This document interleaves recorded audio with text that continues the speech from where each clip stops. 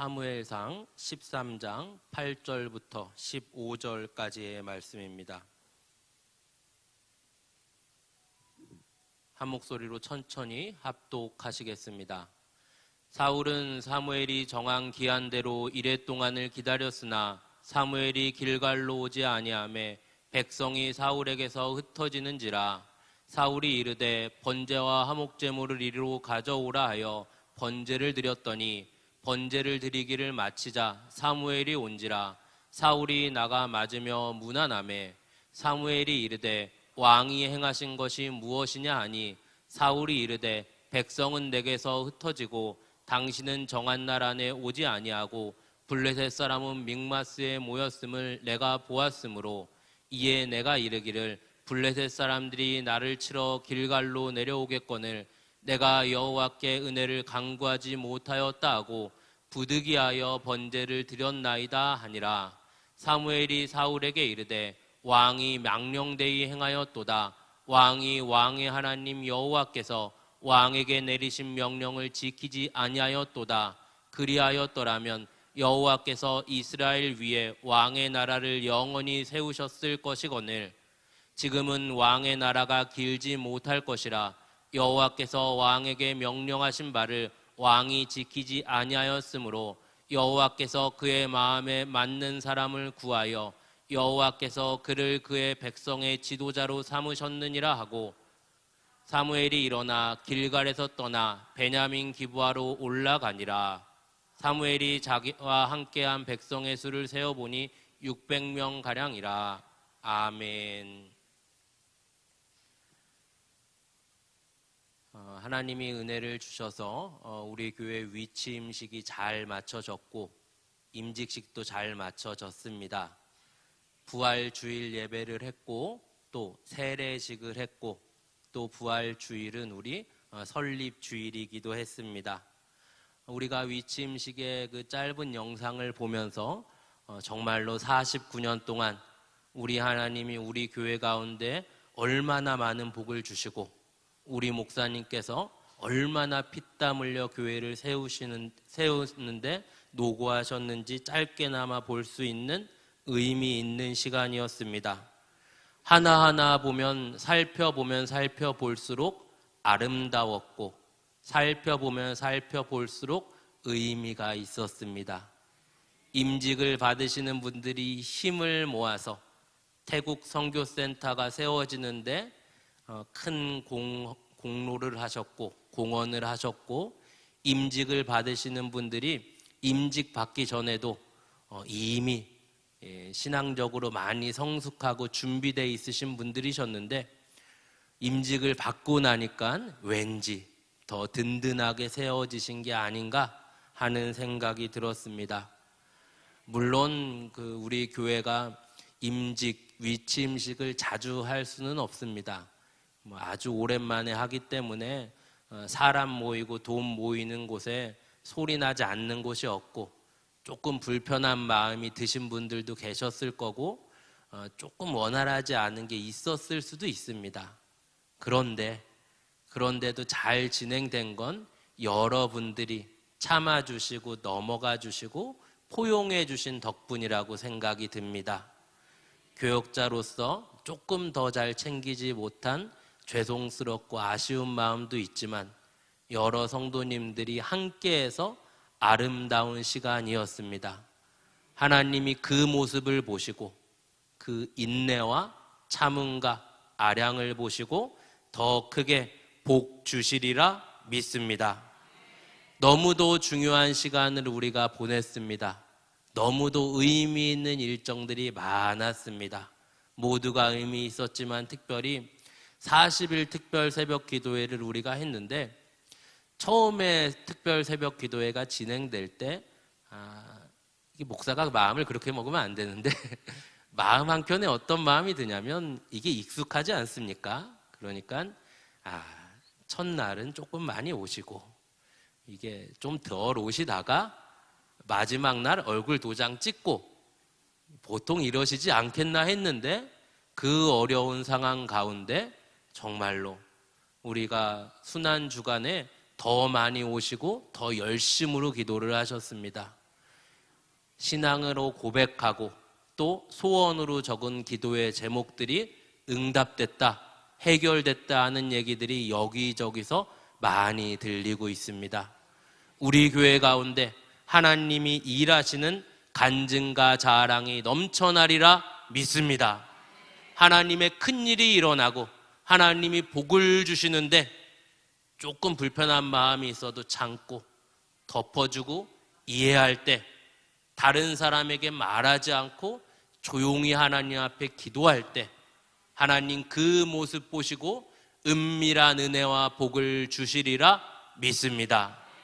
정말 중요한 때에 우리 모두에게 어떤 말씀이 필요할까 생각하다가 가장 먼저 떠오른 건 바로 순종이었습니다.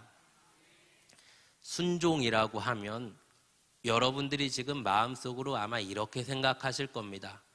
또 뻔한 얘기 하겠구나. 그런데 아마 그 생각이 맞으실 겁니다. 여러분들 잘 생각해 보십시오. 기독교 역사가 2000년이 됐는데 성경을 갖고 얘기를 하는데 새로운 이야기를 한다? 이건 대부분의 경우 이단이거나 아니면 말씀을 전하는 사람이 교계에 나타난 2000년 만의 천재인 겁니다. 그런데 저는 보시다시피 2000년 만에 나타날 천재일 리는 없고 이단도 아니고 하니까 여러분들이 어떤 생각을 하셔야 되냐면, 요즘 그 유튜브나 미디어에서 얼마나 검증되지 않은 설교들, 가르침들이 많이 있습니까? 그런데 현혹되지 마시고, 그런데 관심 두지 마시고, 교회 안에서 진행되는 금요 기도회, 수요 예배, 새벽 예배, 교육, 여기 성실히 참여하셔서 여러분의 신앙을 자라게 하십시오. 대부분은 우리가 알고 있는 이야기입니다. 새로운 걸 찾지 마시고 온전히 하나님의 말씀을 받아 내가 말씀을 지켜 순종하셔서 은혜를 누리시고 간증을 만들어 가시는 여러분들이 되시기를 바랍니다. 특별히 이번에 임직 받으시는 분들은 명심하셔야 됩니다. 이제 임직을 받으시는 분들은 여러분들이 임직을 받으실 때 머리에 손을 얹고 임직을 받으셨습니다. 임직 받으신 분들 잘 한번 생각해 보십시오. 임직 받으신 분들 머리에 누가 손을 얹으셨습니까? 주님이 손을 얹으신 겁니다. 그리고 그 직이 이제 영원히 유지가 됩니다. 항존직이라는 것은 여러분들이 평생에 그 직을 수행하셔야 하고 나중에 아주 나중에 연로하여지셔서 도저히 힘드시어도 그 앞에 은퇴라는 이름이 붙는 거지 끝나는 게 아닌 겁니다. 여러분의 일상에 말씀을 받아 지키는 간증과 몸부림이 일어나기를 바랍니다. 순종을 이야기할 때 대표적으로 많이 보는 본문이 오늘 우리가 살펴볼 본문일 겁니다. 오늘 본문의 이야기는 이렇습니다. 하나님의 백성들에게 첫 번째 왕 사울이 세워집니다. 그런데 원칙적으로 따진다면 이스라엘이라는 나라는 신본주의 국가입니다. 왕이 없습니다. 왕이 없다는 건 세상적인 표현이 되고 엄밀히 따진다면 하나님이 백성 위에 계시는 왕이 되시고 하나님 아래에 하나님의 백성들은 왕 대신 하나님의 통치를 받는 하나님을 왕으로 모시는 백성이 됩니다. 그런데 하나님의 백성들이 세상적인 생각이 든 겁니다. 주변 나라들을 보니까 왕이 있어요. 왕이 있으니까 군사력을 키우고 외교를 하고 왕이 있으니까 잘 사는 것 같고 힘이 있는 것처럼 보입니다. 그래서 하나님 앞에 와서 부당한 요구를 합니다. 하나님, 우리도 왕이 있어야 하겠으니 왕을 세워주십시오. 왕을 세워주십시오. 하나님의 마음은 어떠십니까? 거절감을 느끼시는 겁니다. 내가 너희들의 왕인데, 내가 너희들의 왕이 되려고 너희를 애굽 땅에서 인도하여 냈는데 그런 나를 나 몰라라 하고 왕을 세워달라고? 그런데 우리 하나님이 마음이 너무 넓으셔서 왕을 세워주십니다. 그 첫 번째 왕이 바로 사울이 됩니다. 사울은 제가 생각할 때 구약 성경에서 아마 가장 비운의 인물인 것 같습니다. 왜 비운의 인물이냐? 사울이라는 사람은 언제나 등장하면 우리가 같이 생각하게 되는 사람이 누굽니까? 다윗이죠. 다윗과 비교를 합니다. 일단 비교 대상 자체가 너무 셉니다. 다윗이라는 사람 자체가 너무나 훌륭합니다. 그리고 다윗이라는 사람 자체가 또 하나님의 마음에 합한 자라고 한 것처럼 하나님이 보실 때에는 정말 복받을 만한 사람입니다. 그런데 사울의 모습을 가만히 살펴본다면 사울은 악하고 나쁘고 못된 사람이라기보다 사울은 어떤 상징이냐? 인본주의의 상징이 됩니다. 그러니까 하나님이 없는 자신의 열심을 상징하는 사람이 사울이 됩니다. 그는 처음에 왕으로 뽑혔을 때도 그 모습이 어땠냐? 겸손한 사람이었습니다. 자신을 드러내고 자랑하는 게 아니라 겸손하게 자신의 모습을 숨깁니다. 그리고 처음에 왕으로 세워졌을 때 그를 비난하는 무리들이 있는데 어느 정도 자기가 이제 이스라엘에서 장악력이 생기고 나니까 사람들이 사울을 비방했던 무리들을 처단하자고 합니다. 하지만 그들을 포용해주는 넓은 아량이 있는 사람이었습니다. 그렇게 나쁜 사람은 아니었습니다. 그런데 뭐가 문제였냐? 그는 하나님의 말씀에 순종하고 하나님의 말씀을 지키고 하나님의 뜻을 이루기보다 내가 하나님께 은혜를 입었으니 잘해드려야 한다 하는 열심을 갖고 내 방법으로 열심을 냈습니다. 내 방법으로 하나님의 말씀보다 그저 좋은 것을 올려드리려고 했고 합리적인 방법을 추구했습니다. 그게 사울이었습니다. 그리고 그에게 가장 치명적인 약점은 무엇이냐? 이스라엘의 첫 번째 왕이 되고 나니까 이스라엘에 사울 앞서서 왕을 본 적이 없습니다. 그러니까 실수가 더 많을 수밖에 없었을 겁니다. 그리고 나서 다윗이 세워집니다. 다윗은 어떤 사람이냐면 옆에서 일단 사울을 봤습니다. 가까이서 사울을 보니까 사울이 했던 실수를 안 합니다. 그리고 그는 욕심도 있었고 혈기도 있었고 실수도 많이 합니다. 그러나 하나님이 딱 말씀하시면 꿇어 엎드려서 회개를 하고 하나님이 딱 말씀하시면 모든 걸 내려놓고 순종하고 하나님의 뜻이다 라고 하면 모든 걸 제쳐놓고 아멘하는 사람이었습니다. 하나님 우리에게 바라시는 건 사울의 모습, 그저 열심과 세상적인 생각이 아니라 하나님의 말씀에 아멘하는 다윗의 모습인 겁니다. 성경을 자세히 살펴보면 우리의 모습은 다윗과 같은지 사울과 같은지 우리가 점검해 봐야 합니다. 오늘 본문도 마찬가지입니다. 이제 하나님의 백성들이 블레셋과 전쟁을 앞두고 있습니다. 언제나 그랬듯이 이스라엘 주변의 나라들 중에 특별히 블레셋은 이스라엘보다 세가 컸고 군사력에 있어서 훈련되어 있는 사람들이었습니다. 훈련되어 있는 사람들과 전쟁을 하는데 오늘 본문 바로 앞에 5절에 보면 어떻게 나와 있냐면 병거가 3만이요 마병이 6천이요 백성은 그러니까 군사들은 해변의 모래와 같다라고 나와 있습니다. 많은 병력들이 이스라엘 앞에 집결을 하고 있고 초대 왕 된 사울은 첫 번째 왕으로 이제 전쟁을 치러야 됩니다. 왕이 된 지도 얼마 안 됐고 또 앞서서 왕이 행한 걸 제대로 본 적도 없는데 그저 하나님의 말씀으로 순종해서 나오긴 나왔습니다. 그런데 그래도 왕이 있지만 하나님의 백성들은 신본주의 국가이기 때문에 전쟁을 하기에 앞서서 제사를 합니다. 우리식으로 치면 예배를 합니다. 예배는 왕으로 세워진 사울의 영역이 아니고 사무엘의 영역이었습니다. 사무엘이 와서 예배를 집례하고 나서 이제 하나님의 백성들은 블레셋과의 전쟁을 치르는 겁니다. 자, 두렵고 떨리는 상황이고 저 앞에는 블레셋 군들이 진열을 가다듬고 이스라엘에서는 볼 수 없는 번쩍거리는 무기와 상당한 병력으로 세를 자랑하고 있습니다. 이제 사무엘이 와서 예배를 하고 나서 두렵고 떨리는 심정으로 전쟁에 임해야 됩니다. 그런데 사무엘이 안 옵니다. 기다려봐도 사무엘이 안 오는 겁니다.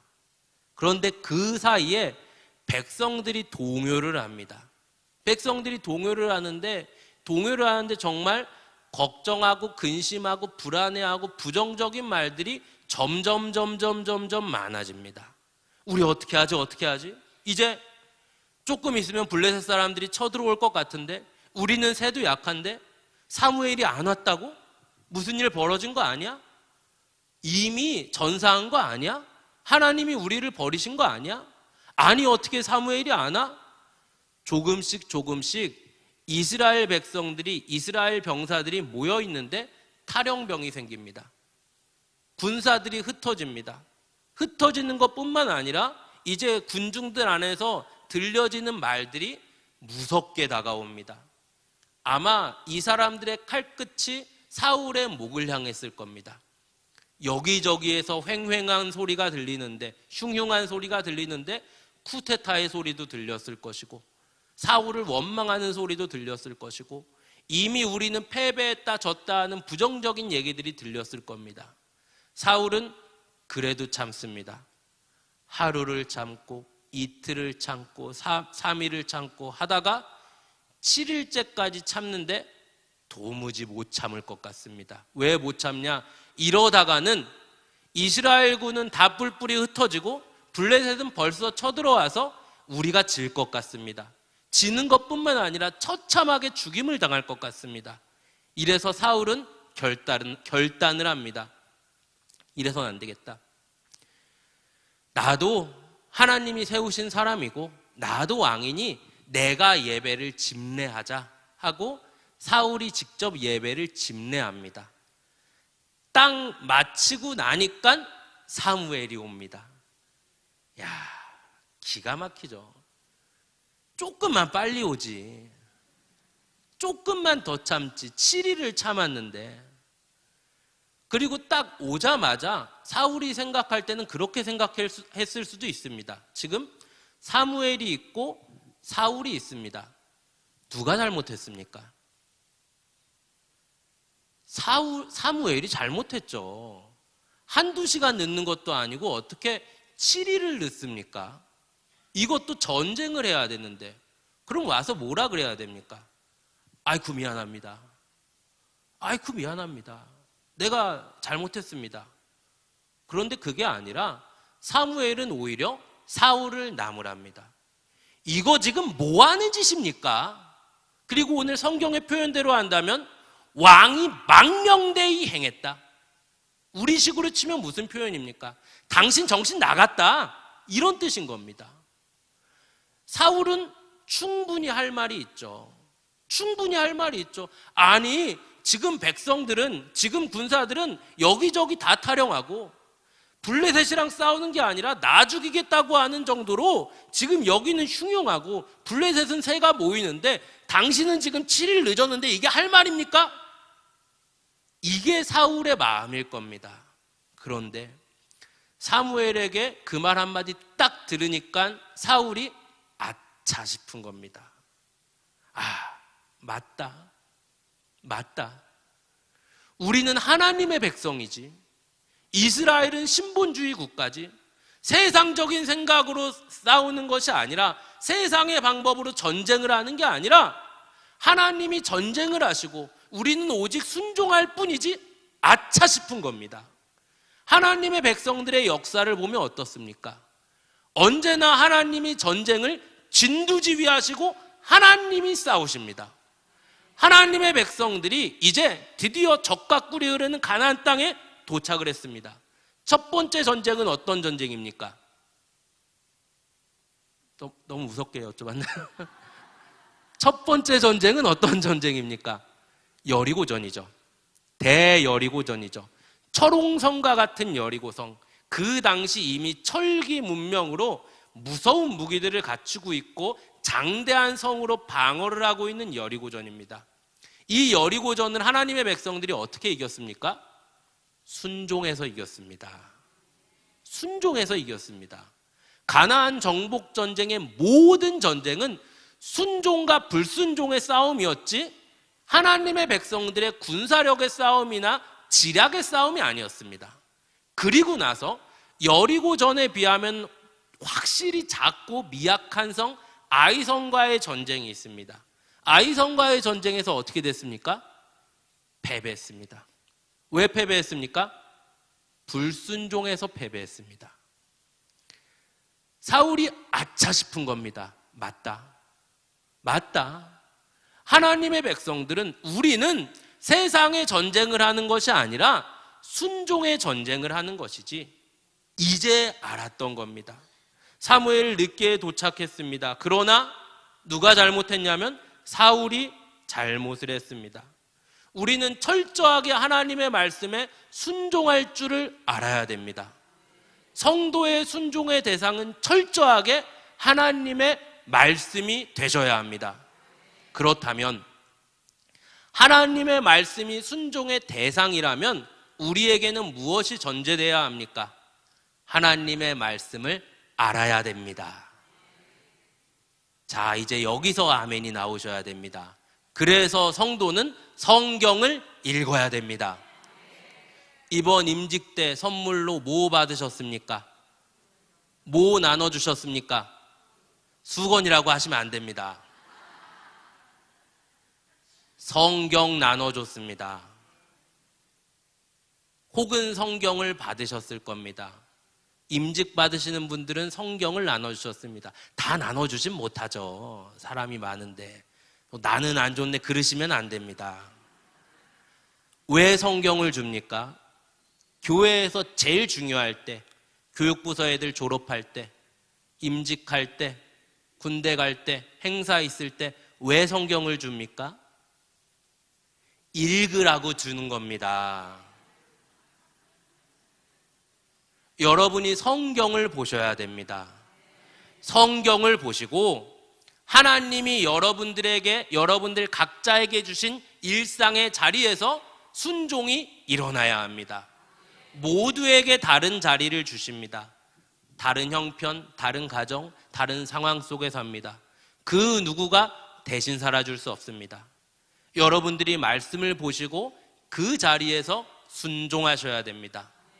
우리의 오랜 종교심, 우리의 정서 중에 조금 아쉬운 게 하나 있는데 그게 뭐냐면 우리 신앙의 의무와 짐을 많은 부분 내가 감당하기보다 교역자에게, 목사에게 떠넘기려고 하는 습관이 있습니다. 아시죠? 아니세요?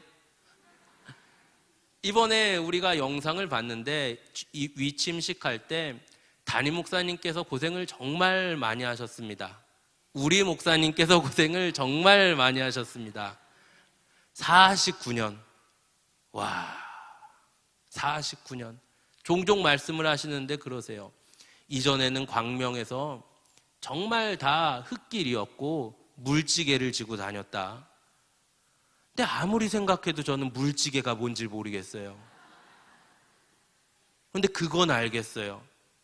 지금 우리는 우리 목사님 덕분에 좋은 환경에서 사역하고 하나님 일을 하지만 그때는 황폐했을 텐데 물지개 지고 다니고 예배당 구석에서 잠을 주무시고 성도들을 섬기고 서러운 일을 당하시고 의식주를 제대로 지키지 못하는 상황에서 목회를 하셨어요.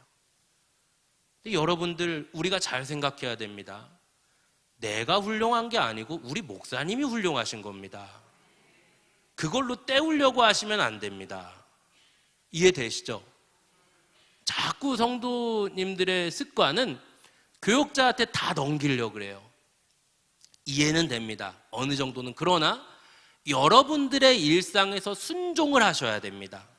그러려면 성경을 보시고 내게 주신 환경과 상황에서 하나님의 말씀에 대한 아멘이 나오셔야 됩니다.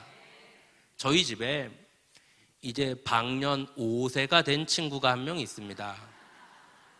근데 이 친구가 이제 방년 5세가 되니까 이 화법이 아주 기가 막혀요. 늦게 낳은 아이니 좀 용서하시고 들어주세요. 얼마나 화법이 기가 막히냐면 본인이 하기 싫은 일을 요구하면, 예를 들어 치과에 간다거나 병원에 간다거나 채소를 먹으라거나 이런 일을 요구하면 딱 그래요. 나는 애기라서 못해. 그런데 자기가 하고 싶은 일을 맞닥뜨릴 때가 있어요. 위험한 일을 한다든지 언니들이 노는 걸 한다든지 뭐 이런 걸 할 때는 또 싹 바뀌어요. 나도 유치원생이라 할 수 있어. 이야, 기가 막히죠. 그런데 우리의 신앙의 모습을 보면 그럴 때가 많습니다. 내가 하기 조금 불편한 게 다가오면은 그래요. 나는 교역자가 아니니까 못해. 또 내가 하고 싶은 게 있어요.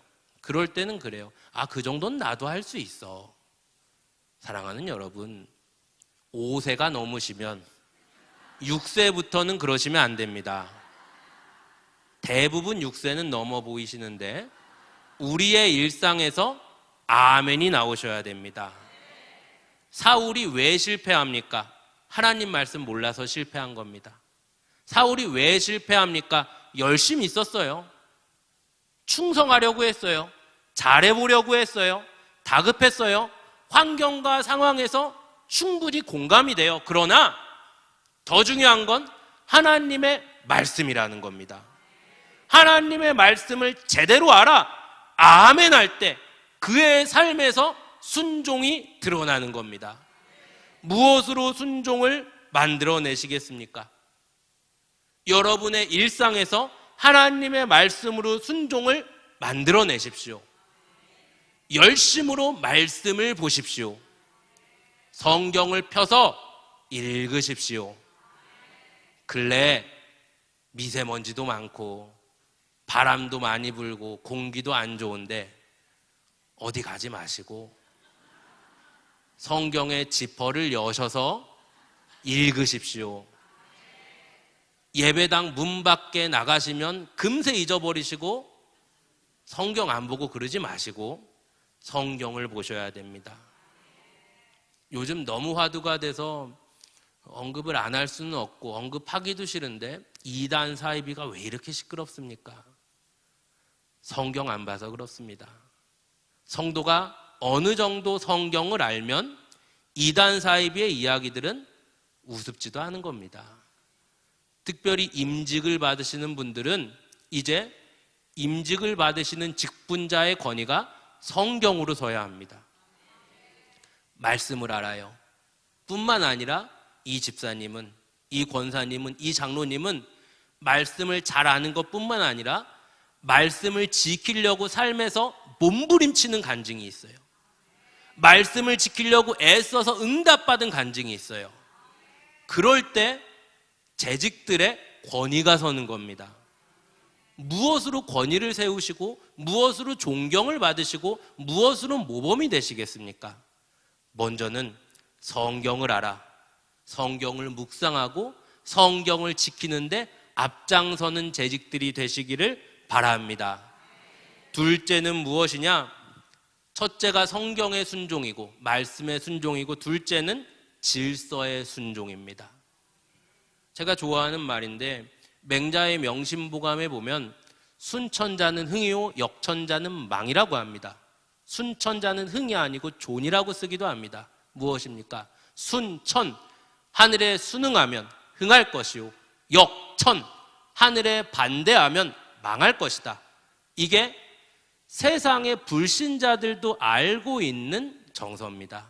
그런데 이런 오랜 정서가 어느샌가 뒤바뀝니다. 가만히 살펴보니까 언제 바뀌냐면 18세기 후반에 칙칙폭폭 증기기관이 일어나면서 산업혁명이 생깁니다.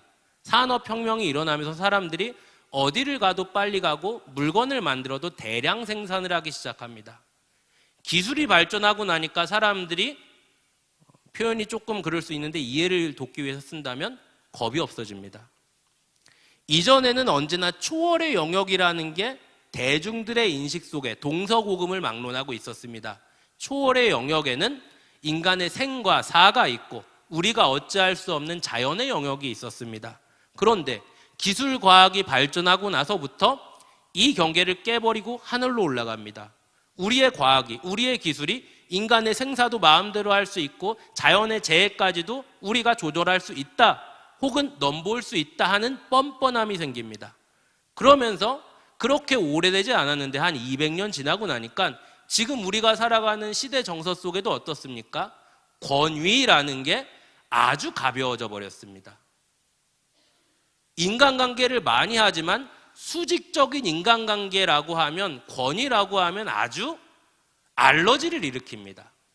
그저 수평적인 인간관계에 익숙해서 함께 살고 소통하고 이런 게 필요하지만 수직적인 인간관계는 별로 인기가 없습니다. 그리고 수직적인 인간관계를 말하면 아주 그 사람을 옛날 사람, 말 안 통하는 사람, 답답한 사람으로 생각을 합니다. 대충 감이 오시죠? 무슨 얘기하려고 그러는지. 성도에게 있어서 천은 누구입니까? 하늘은 누구입니까? 하나님이 되십니다. 성도는 언제나 내 머리 위에 계신 하늘이신 하나님을 섬기는 사람입니다. 그런데 우리 사회 정서 속에서 이 수직적인 인간관계가 무너지기 시작하면서 질서라는 것은, 권위라는 것은 너무나 흐릿해져 버린 겁니다. 그러면서 교묘하게 이게 예배당 안에 들어와서 우리가 하나님을 예배하고 성경을 보고 하나님이 세우신 권위 앞에서도 그 권위를 흩으려고 하는 겁니다. 이건 마귀의 계계인 겁니다. 하나님은 어떤 분이시냐? 질서의 하나님이십니다. 성삼위 하나님은 언제나 서로를 높이시고 서로의 역할을 존중하셨습니다. 오늘 본문에서도 사무엘은 사무엘의 역할이 있고 사울은 사울의 역할이 있는데 이 질서를 깨뜨릴 때 하나님은 벌하시는 겁니다. 지금 우리가 살아가는 시대 속에서 얼마나 많은 질서가 흐릿해지고 얼마나 많은 권위가 무너지고 있습니까? 성도에게 있어서 철저하게 천이 되시는 하늘은 하나님이 하늘이 되시는 겁니다. 가정에 있어서는 어떻습니까? 아내에게 있어서 하늘은 누구입니까? 그렇죠. 또 안 좋아하시죠. 아내에게 있어서 하늘은 남편이 되십니다. 아멘 하세요. 가정에서 권위가 흐트러지니까 교회에서 권위가 흐트러집니다. 가정과 교회에서 권위라는 게 세워지지 않으니까 세상은 어디로 갈지 몰라 방황을 합니다. 이거는 공멸입니다. 같이 죽자는 거예요. 교회의 권위는 무엇입니까? 철저하게 예수께서 머리가 되시고 성도가 지체가 되어서 교회의 질서를 말씀하십니다. 우리 주님은 질서 있게 일하십니다.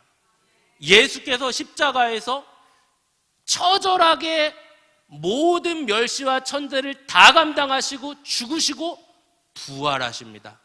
부활하시어 많은 이들에게 부활의 증인 삼으시고, 그리고 예수께서 승천하시고 나서 성령 하나님이 오십니다. 성부와 성자와 성령은 언제나 서로를 존중하시며 질서 있게 행하십니다. 많은 사람들이 함께하기에 질서가 있어야 하고 질서가 있기에 많은 사람이 함께할 수 있는 겁니다. 우리 하나님은 우리가 함께하여 복을 받기를 원하십니다. 나 혼자 잘하는 것뿐 아니라 함께할 줄 알아야 됩니다. 이전에 제가 잠깐 살았던 나라는 물론 그 나라도 좋은 게 많은데 조금 아쉬운 게 질서가 좀 아쉽습니다.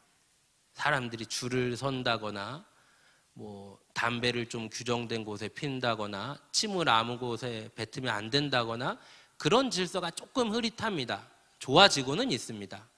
그런데 그 나라에 잠깐 살고 오니까 이해되는 게 하나 있어요. 그게 뭐냐면 그 나라가 요 몇 년 전부터 축구에 돈을 엄청 투자합니다. 근데 돈을 막 천문학적인 금액을 막 갖다 부어요, 거의. 그런데 도무지 축구를 못해요. 탁구는 잘하고 가끔 수영이나 체조도 잘하는데 돈을 갖다 부어도 축구는 못하는 거예요. 사람들이 종종 그래요. 아니, 그 돈을 쓰는데 왜 축구를 못하지? 저는 알겠어요. 이 사람들은 아주 어릴 때부터 질서라는 게 잡혀있지가 않아요. 서양 쪽에 사는 친구들은 서양이 낫다는 게 아닙니다. 그 면에서는 질서라는 게 익숙해요. 줄을 서고 신호를 지키고 화재가 나면 어떻게 피하고 그런 게 익숙해요. 그런데 그 나라 사는 사람들은 질서라는 게 조금 흐릿합니다. 다른 사람을 배려하고 또 공동체를 위해서 내가 좀 양보하고 하는 게 덜한 겁니다. 주님의 몸된 교회가 신앙 공동체가 함께 갑니다. 여러 사람들이 함께 가요. 어떻게 가야 하겠습니까? 질서 있게 가야 됩니다. 종종 제가 드는 예인데 한 사람이 길을 간다고 하면 어떻습니까? 마음대로 가면 됩니다. 걷고 싶을 때 걷고 쉬고 싶을 때 쉬고 가다가 먹고 싶은 음식 먹으면 됩니다. 두 사람이 가면 어떻습니까? 양보해야 됩니다. 자기 의견이 한 반 정도는 양보해야 될 겁니다. 3사람, 4사람, 5사람 많아질수록 그럴 겁니다. 주님의 몸된 교회가 함께 예배하고 함께 하나님의 일을 하는데 너무 많으니까 우리가 여기에서는 양보할 수 없다라고 해서 사도신경으로 신앙을 고백하고 주기도문으로 같은 기도문을 만들고 교리를 정하고 한 성경을 봅니다. 사랑하는 여러분, 하나님이 정하신 질서 아래서 이제 우리는 질서 있게 순종과 충성을 담아내야 됩니다. 담임 목사님을 위시해서 온 성도들이 충성과 순종으로 복을 누려야 합니다. 엄밀히 따진다면 사람들의 말과 의견보다 우리는 담임 목사님이 말씀하실 때 순종하고 충성하는 겁니다. 그 역할이, 그 가르침이 이단이나 막 도무지 받아들일 수 없는 세상에서도 받아들일 수 없는 도덕적이거나 인본적인 것을, 인간적인 것을 넘어가는 게 아니라면 온 성도들은 담임 목사님을 위시해서 순종하고 충성할 때 하나님이 주신 복을 받아 누리는 겁니다. 두 번째는 질서의 순종입니다. 여러분이 어떤 교회의 재직으로 계시겠습니까? 어떤 교회의 성도로 역할을 감당하시겠습니까? 질서 있는 교회, 하나님 일하시는 교회, 하나님 복 주시는 교회가 우리 교회가 되리라 믿습니다. 이 은혜와 사랑이 가득하기를 바랍니다.